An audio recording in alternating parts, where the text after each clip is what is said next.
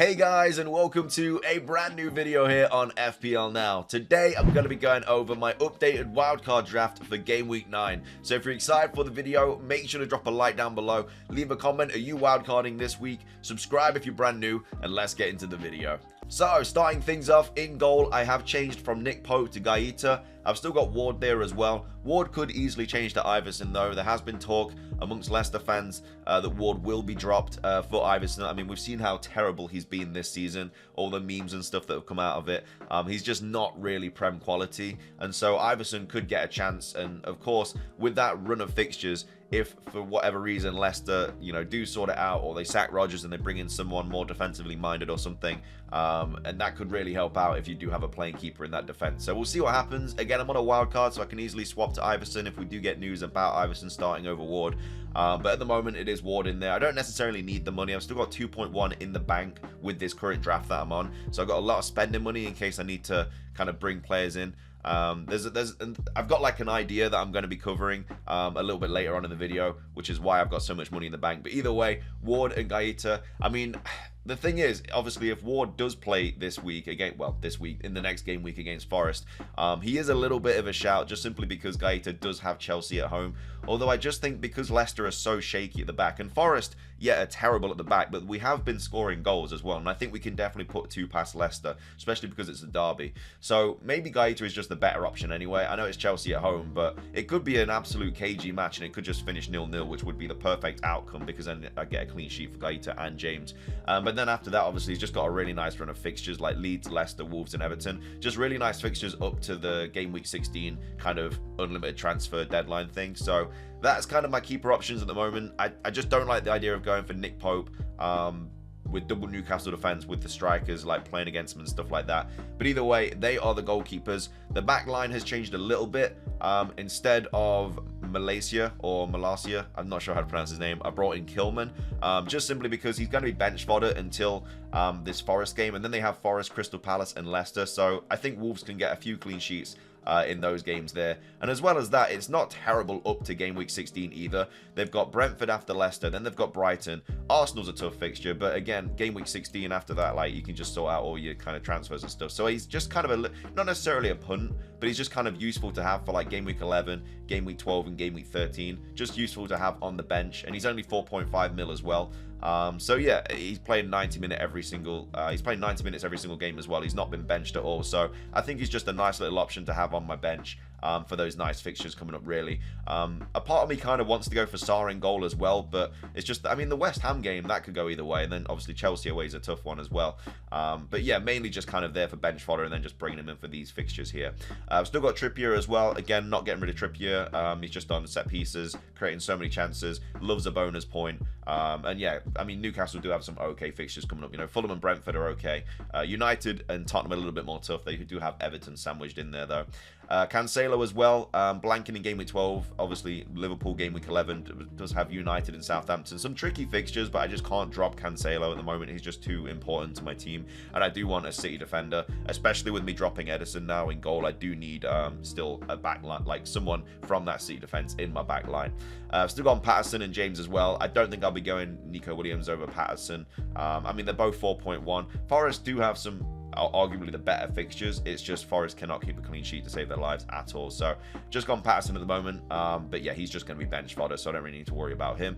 And then also James as well. I won't be dropping James at all. These fixtures are just really nice up until Game Week 16.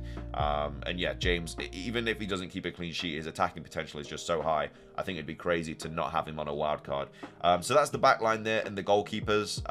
Kind of not necessarily settled, but a little bit happier with this decision. Again, Ward could easily change to Iverson. I might do it anyway just to get 0.1, but either way, that's kind of what I'm looking like with the back line. There is, of course, talk of like Gaeta last season getting benched a couple of times, but I think apparently that was for like a finger injury or something like that. So yeah, not like great to hear about that, but either way, we'll see what happens later on. But yeah, that's the back line and the goalkeepers. The midfield has changed a little bit as well. I've gone from Salah to Son, but so I've still got Martinelli, who again does blank in Game Week 12. So for the Game Week 12 blank, I do have Cancelo that blanks, Martinelli that blanks, and Haaland that blanks. So they would be all on my bench. So I'd have to just have the other 11 actually playing. Which I think I do have in this squad. I think all of the players that I have in this squad will definitely play. But yeah, you just got to be a little bit wary of that game week 12 blank, just simply because City and Arsenal are two teams that a lot of people have players for. A lot of people are going to have Haaland, a lot of people are going to have Martinelli, a lot of people are going to have Cancelo, and then it's just the additions of like De Bruyne, Jesus, Saliba. You know, a lot of these players are in other people's drafts as well in teams. So you know, if you do have like 3 Arsenal and 3 City, you know, game week 12 is going to be very difficult to kind of maneuver through because that's 6 players that you're not going to have playing. So yeah, definitely something to watch out for. But yeah, also gone Zaha as well. I mean, Zaha, I think, is just a set and forget until game week 16. I mean, the fixtures are just so good. He's got Chelsea obviously at home in game week 9, but then Leeds, Leicester, Wolves, Everton, Southampton, West Ham, and then for game week 16, Forest and Fulham and Bournemouth. Like Forest, Fulham and Bournemouth, that's such a good run of fixtures. Like I'll probably keep him until game week 19. That's when Crystal Palace's fixtures get quite bad. They've got obviously Chelsea, Tottenham, Newcastle United. You know, I'll be dropping Zaha around them, but I mean, he's on penalties. What more can you want, really? I think he's going to haul quite a few times in those fixtures. And then also got Maddison as well. Again, another player that's got really nice fixtures as well. Forest, Bournemouth, Crystal Palace, Leeds, Wolves, City, not great, but then Everton, and then West Ham. Again, someone that I'm just probably going to keep until around game week 16. Maybe even after that as well. I mean, West Ham, Newcastle, Liverpool. Then he's got Fulham, Forest, Brighton, and Villa. Like, we know that he can score in like a lot of games. He's on set pieces and stuff like that. I don't think he's someone that I immediately would need to get rid of around game week 16. And then I've brought Son in as well. Again, maybe a little bit knee-jerky, but I think after that hat-trick, I think he's definitely going to be starting a lot more now. He does have Arsenal in game week 9, which is obviously the London derby. But then he has Brighton and Everton, and then United, Newcastle, Bournemouth. But the main thing that I'm probably going to do with this, because I still have 2.1 mil in the bank, is I'm probably going to have Son for Arsenal, Brighton, and then Everton at home. And then I'll probably drop him and bring Salah in after he has the City fixture, because obviously Son's fixture changes around, like, I think it's game week 13 or something. I don't know, I just had him there. But either way, yeah, I want Son for Arsenal, Brighton, and Everton, and then that'll obviously lead me up to game week 12. And then for game week 12, I just drop Son, and then I just upgrade to Salah, whose fixtures obviously get really good. He has West Ham, and then he has Forest, and then he has Leeds, Tottenham, Southampton. Like, I obviously want Salah over this run of fixtures here, but I mean, not having him for the Brighton game isn't the worst thing in the world. We don't know how Brighton are going to be now. They don't have Graham Potter. Obviously, they have brought a new manager in. I have no idea who he is. I've never heard of him. I don't know how good he is. But then they've got Arsenal and City. I think Salah could obviously score in any of these games, but I think I'd much rather have him for West Ham, Forest, Leeds, Tottenham, Southampton, Villa, and Leicester. I don't know. I just think Son is capable of scoring against you know, Everton and Arsenal and stuff like that. So that's why I'm going to kind of go with Son at the moment. And then, of course, obviously got Andres Pereira in as well. I mean, not a massive fan of him at the moment because he's not on corners now. Willian kind of took him off him and stuff. But either way, just something that you kind of have to deal with. He's still like the best 4.5 mil player option, 100%. So that's the midfield line there. And then up top, I've got Isak, Mitrovic, and Haaland. Isak I've just brought in. Again, not 100% sure about this decision. Still umming and ahhing about having him or Tony. Isak is seemingly on pens, but again, Callum Wilson back for game week 9 most likely, so he could take them off him. Again, he might not even play now that Callum Wilson's back. You don't know if Isak's going to get pushed to the wing or he's just going to be fighting Callum Wilson for that striker spot. You really don't know, but he's obviously got some nice fixtures there. Tony does have nice fixtures as well, who obviously has like Bournemouth this week.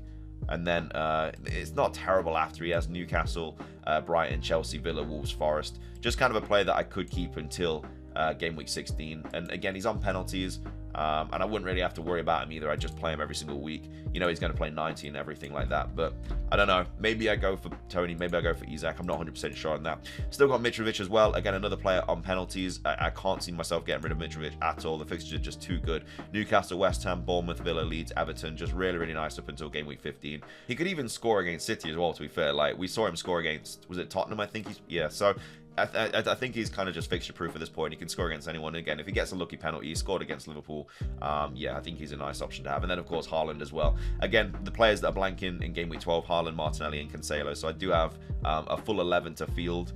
It's just, again, trying to divert around that kind of fixture there. I also want Son as well for captaincy this week as well, Everton at home, because obviously Haaland has Liverpool, Salah will have City, and so I need a good captaincy option, and I don't have Kane in my team, so I think Son is just probably the best captaincy option that week, Everton at home.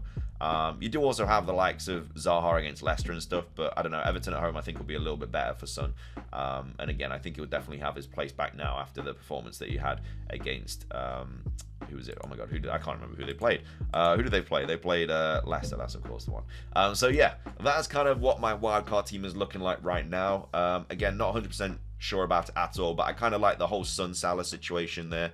Again, another thing you could do is have Kane instead of Haaland and bring Kane in around game week when they play Liverpool, and then obviously have Kane for United as well. And then I just have Salah, but again, not really too sure how that would work. But either way, that's going to be everything for today's wildcard draft video. If you did enjoy, please do drop a like down below. Let's try and hit 50 likes. Leave a comment. What is your draft looking like if you're wildcarding? If you're not wildcarding, what transfers are you thinking of making over the international break? Again, don't make them until the end of the international break, because it can go terribly wrong if a player you brings in gets injured. But either way, subscribe if you're brand new, ring the notification bell. It's everything from me, though. Have a fantastic rest of your day, and until next time, peace.